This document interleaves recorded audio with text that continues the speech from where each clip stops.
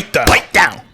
I'm seeing a lot of cap on my timeline after a recent thread blew up about who is the weakest nation in the Avatar verse. Before I even look at the tweets, I'm gonna give you a little spoiler here. This is essentially my opinion. The Water Nation definitely got hoed the most.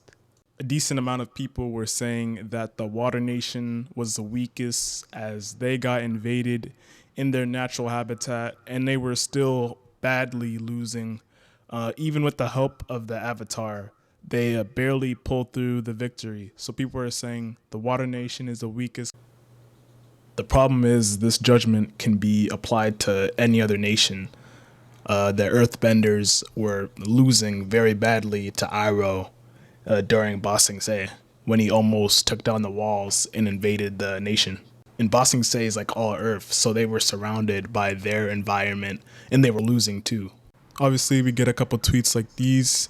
Some people who don't really understand the difference between the nation and the actual element. If you believe that fire is the weakest element, then that's a completely different opinion. That's a completely different take and debate. That doesn't really prove that the nation is the weakest. We're gonna get a couple of centrist takes like this. Everyone's equal. No one's weaker than the other. This is just not true. The first part of the comment, though, it is true. The Air Nation didn't have an army. That's like undeniable. The Fire Nation lost contact with spirits. That can be applied to any other nation. The Earth Nation showed no contact to the spirits. The Water Nation showed no contact to the spirits outside of the Sun and Moon god that were reincarnated into the fish. The Air Nation didn't even show contact to the spirits in the show. They were just really spiritual. Water tribes were not the poorest. The Earth Kingdom was the poorest. The Northern Water Tribe was really rich because they had so many benders. Like, they were able to create whole cities and towns and whatever. The Southern Water Tribe was poor because they had no benders. And it was really small. They lived in teepees and tents and stuff. But compared to the amount of poor people in the outer walls of Ba Sing Se, the amount of poor people that Zuko constantly encountered in the Earth Nation, it's not even close. The Earth Nation is much poorer than the Water Nation as a whole because they have a much larger population. American culture. Yeah, he tried to wrap it up and throw whatever it is in there to make it seem all balanced out. It isn't. Of course, we're going to get a bunch of the Zaheer comments. Even though it's not Last the Airbender, I'll still entertain it. Number one, not a single Airbender, the TV series, has shown that they can take air out of someone's lungs. Airbenders taking the air out of your lungs has nothing to do with how powerful your nation is as a whole, especially if that power is not being used. Essentially what I'm trying to say is quoting a bunch of sub-skills that the characters have never used doesn't mean anything to how powerful a nation is. Zaheer's abilities wasn't saving him from going up against masters like Tenzin.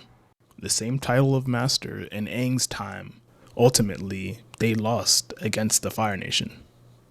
Atla and LOK fans constantly clown on Zaheer for getting his ass whooped by Tenzin. But as soon as it comes to gassing up the Air Nation, suddenly everyone is quoting Zaheer's abilities. Abilities that none of the Air Nomads in Aang's time actually showcased in the TV series. Whether you want to quote Monk Gyatso for doing whatever he did, it doesn't matter. None of them were doing it. Or if they were, it wasn't shown. And it clearly wasn't effective. Made for the Air Nation being the weakest is the fact that they got wiped out.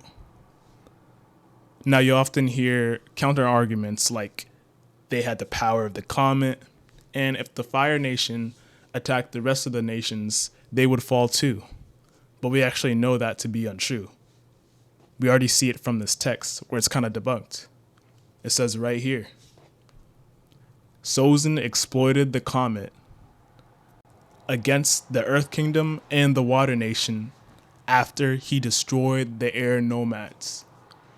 That means Sozin used a comet against the air nomads, the Earth Kingdom, and the Water Nation.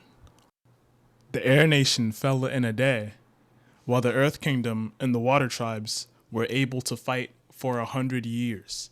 I think it's very clear which nation is the weakest.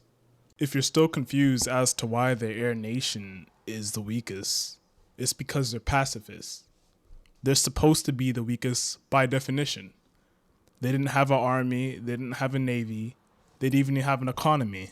And compared to the other nations, they didn't have any form of defense. The only form of defense that they had was their geography, which was high up in the mountains, but even the Fire Nation technology was able to overcome that quite easily. We see every other nation using their bending as some form of weapon through technology, but we don't see any air cannons, we don't see any air guns, we don't see any air tanks. Like the things that we see from the other nations and how they utilize their bending to become strong nations, we don't see the Air Nation using this. And again, it's because they're pacifists. If you're still not convinced as to why Air is the weakest nation, then look at this. Hey, my cat came up. Diesel. If that meow doesn't make you agree with my point, I don't know what will. Now, most of this video was focused on the Air Nation, but if you want me to rank each nation from strongest to weakest, I can also do that. I know who the weakest nation is, but comment down below who you think the strongest nation is.